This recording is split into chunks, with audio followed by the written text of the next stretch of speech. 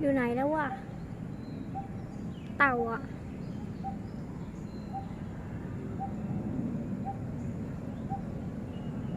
มีแต่เต่า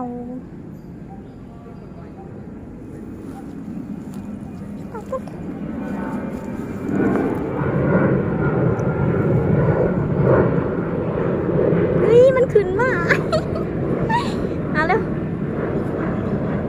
โอ้ยบ่มีอาหารให้กินเลยโอ้ยบ่ได้ซื้ออาหารมาให้เต่าเลยอ่ะ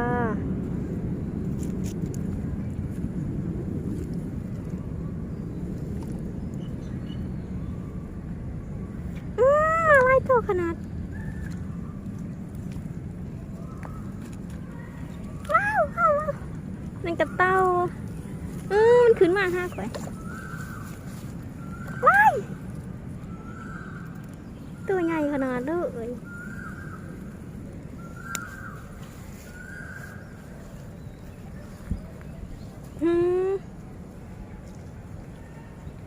1 2 3 4 5ป้าดลายขนาดเอาอยู่ซื้อขึ้นมาเองได้นี่บ่มีอาหารให้กินน่ะเต่าฉันบ่มีอาหารให้พวกเจ้า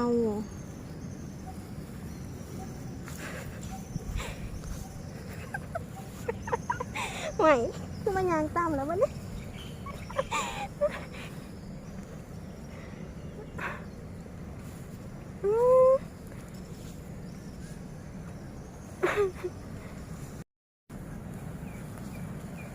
ต่อนี้นำมาเลยว่ะ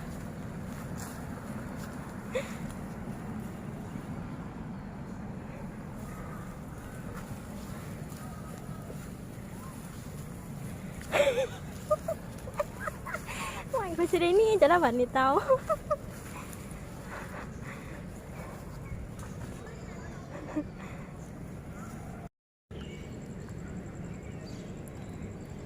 เต่าอยู่มหาลัยธุรกิจบัณฑิตเนาะลายขนาดเลยเขายางไปนี่มันยางนำเขาเลยอ่ะมันบริยานเขาได้เต่าอยู่นี่ว่ายขึ้นมาเบิ่นขึ้นมา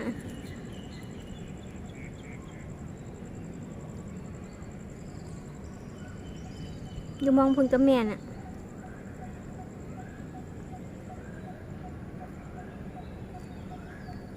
มีแต่เต่าเบิดแหละแถวนั้นลายขนาดเลยบริยานเขาอีกยางนำเขาอีก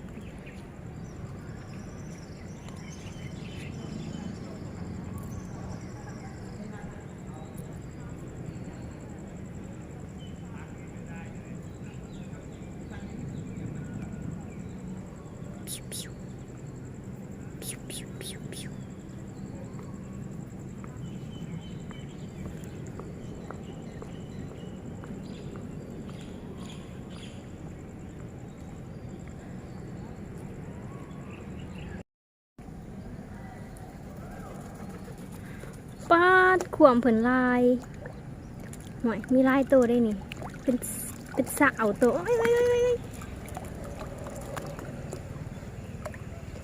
ลายขนาดเลยจะเป็นเต่าอีกยังเพิ่นบื้นขึ้น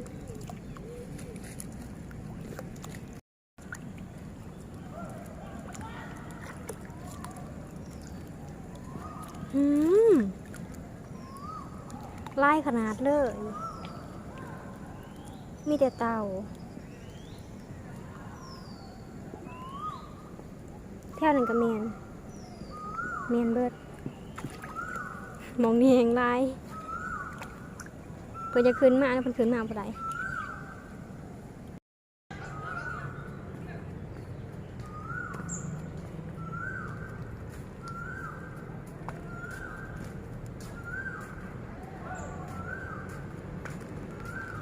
เฮามันย่างดินอยู่ในหม้อธุรกิจเนาะ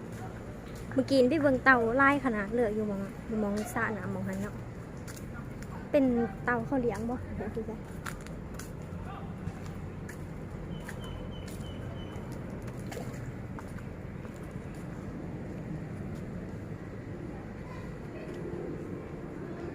มองนี่น้ำใสบ่เห็นมีปลา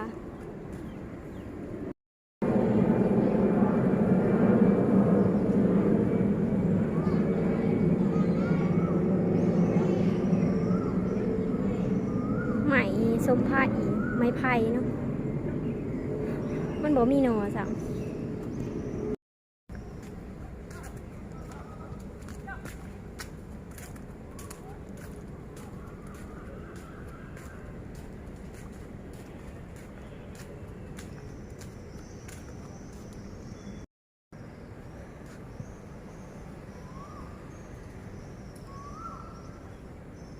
อันนี้เป็นเถื่อนแบบโบราณโบราณน่ะน่ากลัวนิดนึง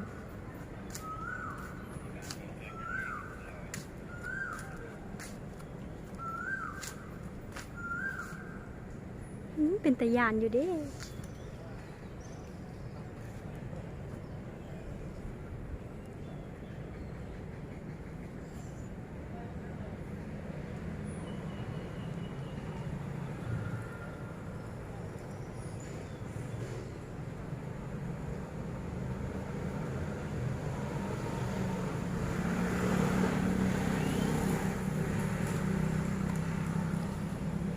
มหาลัยธุรกิจบัณฑิตเนาะ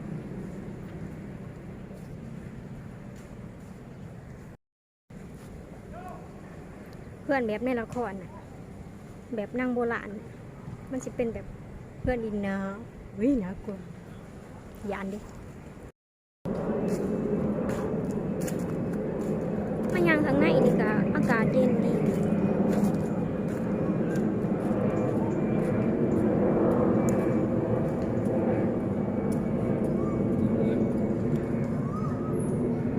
ดอกแก้วหอม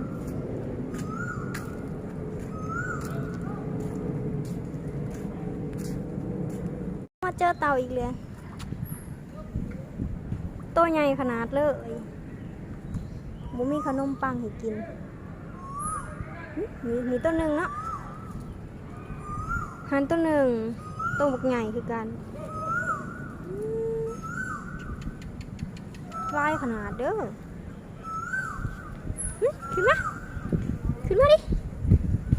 ขึ้นมาได้บ่ไอ้เพิ่นขึ้นมาเลยตายคักว่ะดิเอ้ย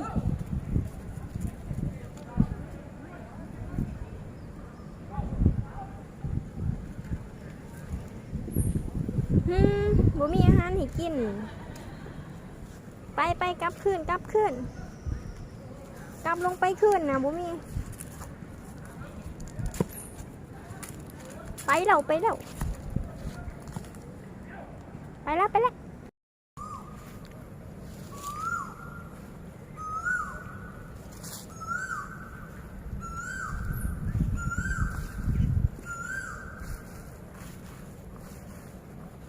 อยู่ข้างในลมลื่นดีขนาด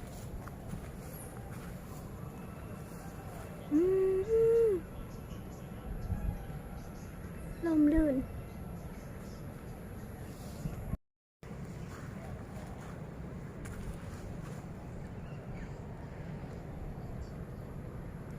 เย็นอากาศเย็นลมเย็นดีอากาศดีอยู่ข้างในมันมีกรงไหมลายเต่าไล่ขนาดบนนาเสือมีตัวบักไงถ้าเป็นอยู่หวานเท่านี้บ่ย่าง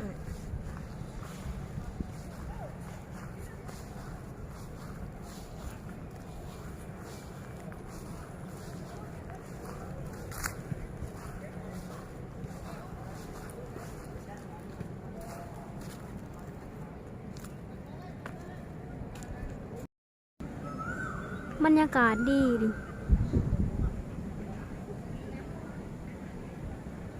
เป็นโรงเรียนเป็นมหาลัยเนาะอันนี้ก็สิให้โรงเรียนด้วยนาง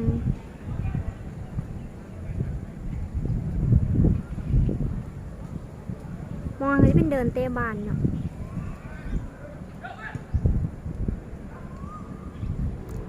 อากาศดี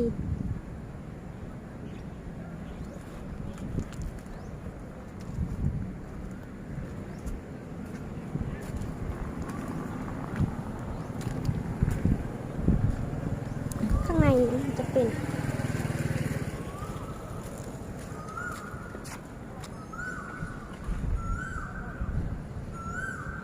ลมเรือนดี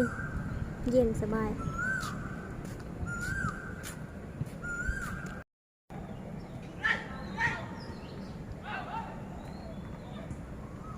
มานั่งลมเย็นๆอยู่มอธุรกิจ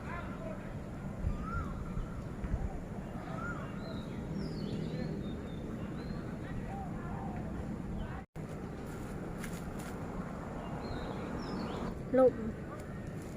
อันนี้หม้อธุรกิจนะเป็นหม้อเมื่อกี้นี้พี่เบิงเตาหันไล่เตาไล่ขนาดจักมาแต่ใส่ย่างน้ำเจ้าอีกบ่หยานถ้าเป็นอยู่บ้านนี้เบิดแล้ว เขาสิกินเนาะ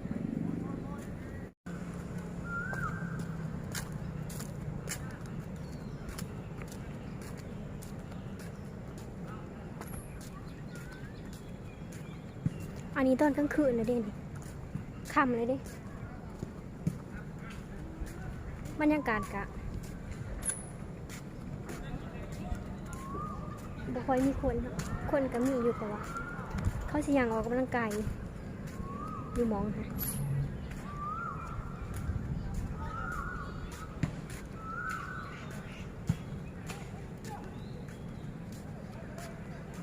เอาสิเมื่อดีถนนเนาะ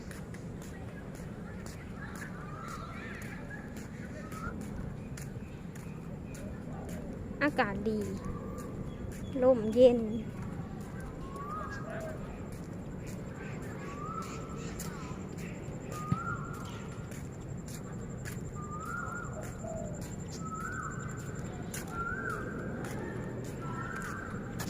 มันสิเป็นหูของในดวงด้วยยังกับหู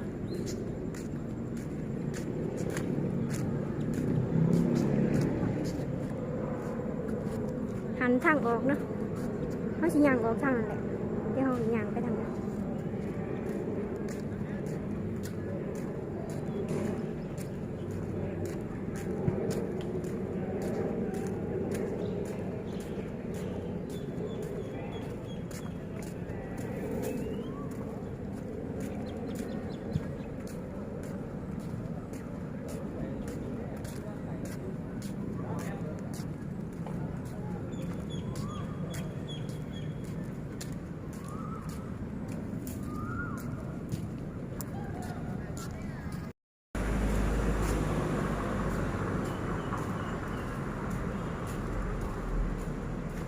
ย่างออกเลย